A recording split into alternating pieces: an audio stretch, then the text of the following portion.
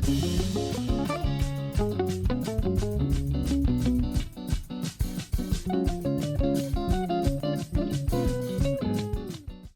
Ellen Besner, and this is what Jewish Canada sounds like for Tuesday, August 17th, 2021.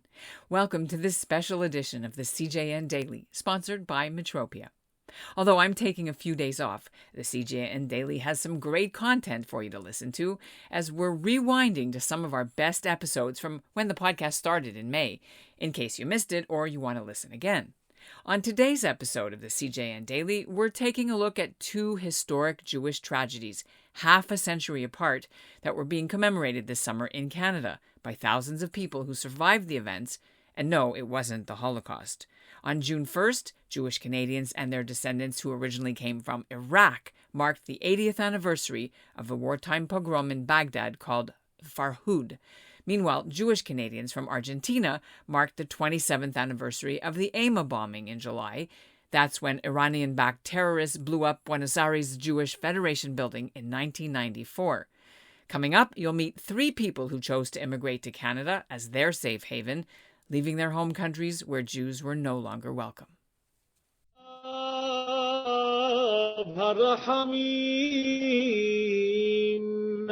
That's what it sounded like when Cantor Daniel Ben Lolo of Montreal's Spanish and Portuguese synagogue chanted the Hashkavah memorial prayer. It was an online ceremony for the victims of the Farhud. They're marking the 80th anniversary of the Farhud this week, June 1st and 2nd. The Farhud was a 2-day-long pogrom against the Jewish community of Iraq in the spring of 1941, right on the holiday of Shavuot. Pro-Nazi rioters killed hundreds of Jews in Baghdad and destroyed 900 Jewish homes and businesses. Eventually, several 100,000 Farhud survivors moved to Israel, and about 500 families made their way later to Canada. I don't want to compare it to the Holocaust, but we had our own suffering. The Farhud was a turning point in the fate of Iraq's 2,000-year-old Jewish community. Zionism was later declared a crime, Jews were turfed from government jobs, and within a few years after the end of the Second World War and the founding of the State of Israel in 1948, Iraq decided to let their Jews leave. But those who did were stripped of their citizenship and all their assets. Some were smuggled out. About 130,000 others came to Israel via airlifts called Operation Ezra and Nehemiah. Today, there are only about 3 or 4 Jews left in Baghdad. Coming up, you'll meet two Canadians who lived through the Farhud as young boys. Joe Samuels was born in 1930 in the Takht el Takia neighborhood of Baghdad. He was 10 and a half when the Farhud happened. His family barricaded themselves in their house all night, staying on the roof, praying and crying until Iraqi troops entered the lawless city and stopped the raping and looting and killing of Jews. He stayed in Iraq until he was finished high school, but by then it was becoming increasingly dangerous for Jewish people. Samuels and one of his brothers were smuggled out of the country via Iran, and they made their way to Israel. Eventually, he moved to Montreal. Joe Samuels now lives in California, where he's a sought-after speaker and has a new book out about the Farhud. The history of the Jews in Arab land is not well known. I mean, I don't want to compare it to the Holocaust, but we had our own suffering and our own treatment. Our life, thank God, during the war was better, but we had our own, what we call Kristall Nacht, or the difference. The Farhud was a major event that really awoke the Jews in Iraq that, at best, we were looked at as strangers, and worst, we'd looked as traitors. Montrealer Sami Sourani was 5 or 6 years old when he survived the Farhud. An uncle and a cousin did not. Sourani also fled to Israel and eventually came to Canada.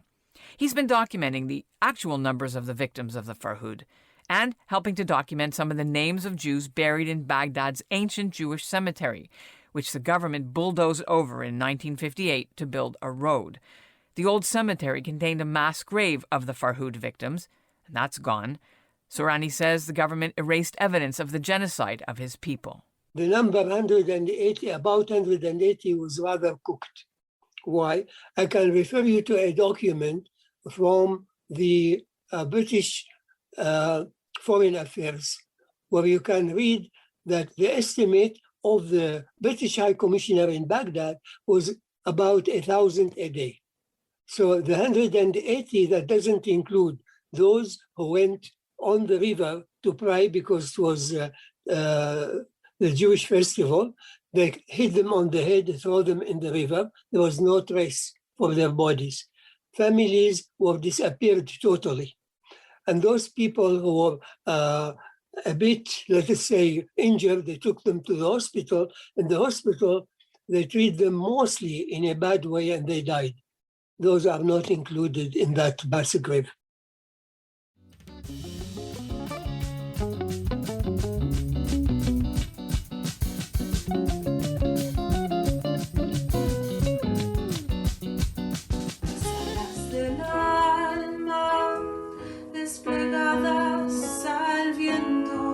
That's a clip from a ceremony held last year featuring Winnipeggers Nina Aylberg and Marcelo Lubacki performing the memorial hymn to the victims of the July 18, 1994 bombing that blew up the Jewish Community Center in Buenos Aires, Argentina. The tragedy is usually referred to as the AMIA bombing. It leveled the community's main Jewish Federation building. 85 Jewish people were killed. 300 more were hurt. It was the worst terrorist attack in the history of Argentina and the worst one against Jews anywhere outside of Israel since the Holocaust.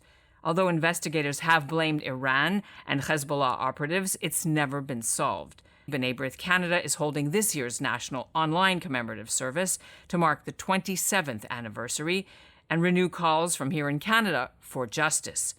So why is B'nai B'rith involved and why should you care about it today?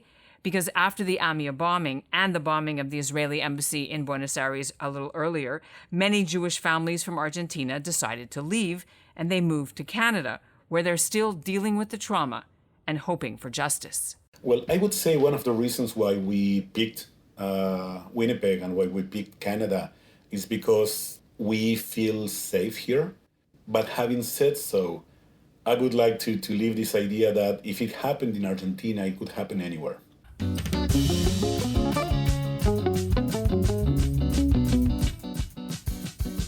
It was 9:53 on Monday, July 18th, 1994. Although most agree that Iran and Hezbollah operatives carried out the bombing, none of the suspects has been brought to justice. And the Argentine government has long been accused of covering it all up to protect their ties to Iran. There's a Netflix series that came out last year. You might have seen it. It was about the Jewish prosecutor, Alberto Nisman. He was about to present his full report to Parliament on who did it and who in the Argentinian government protected the suspects, but he was mysteriously found murdered in his apartment the day before his speech.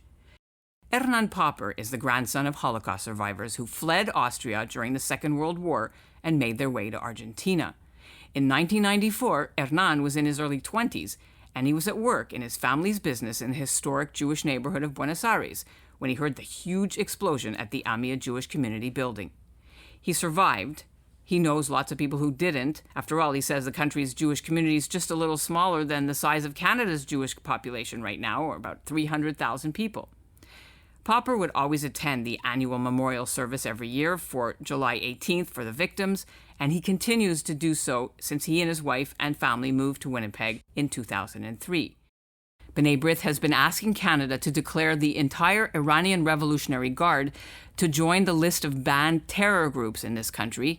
Right now, just one branch of it is, not the whole force. It's also blamed for shooting down that Ukrainian airliner earlier last year, killing nearly 180 people, including 55 Canadians. And that's what Jewish Canada sounds like for this episode of the CJN Daily, sponsored by Metropia, integrity, community, quality, and customer care.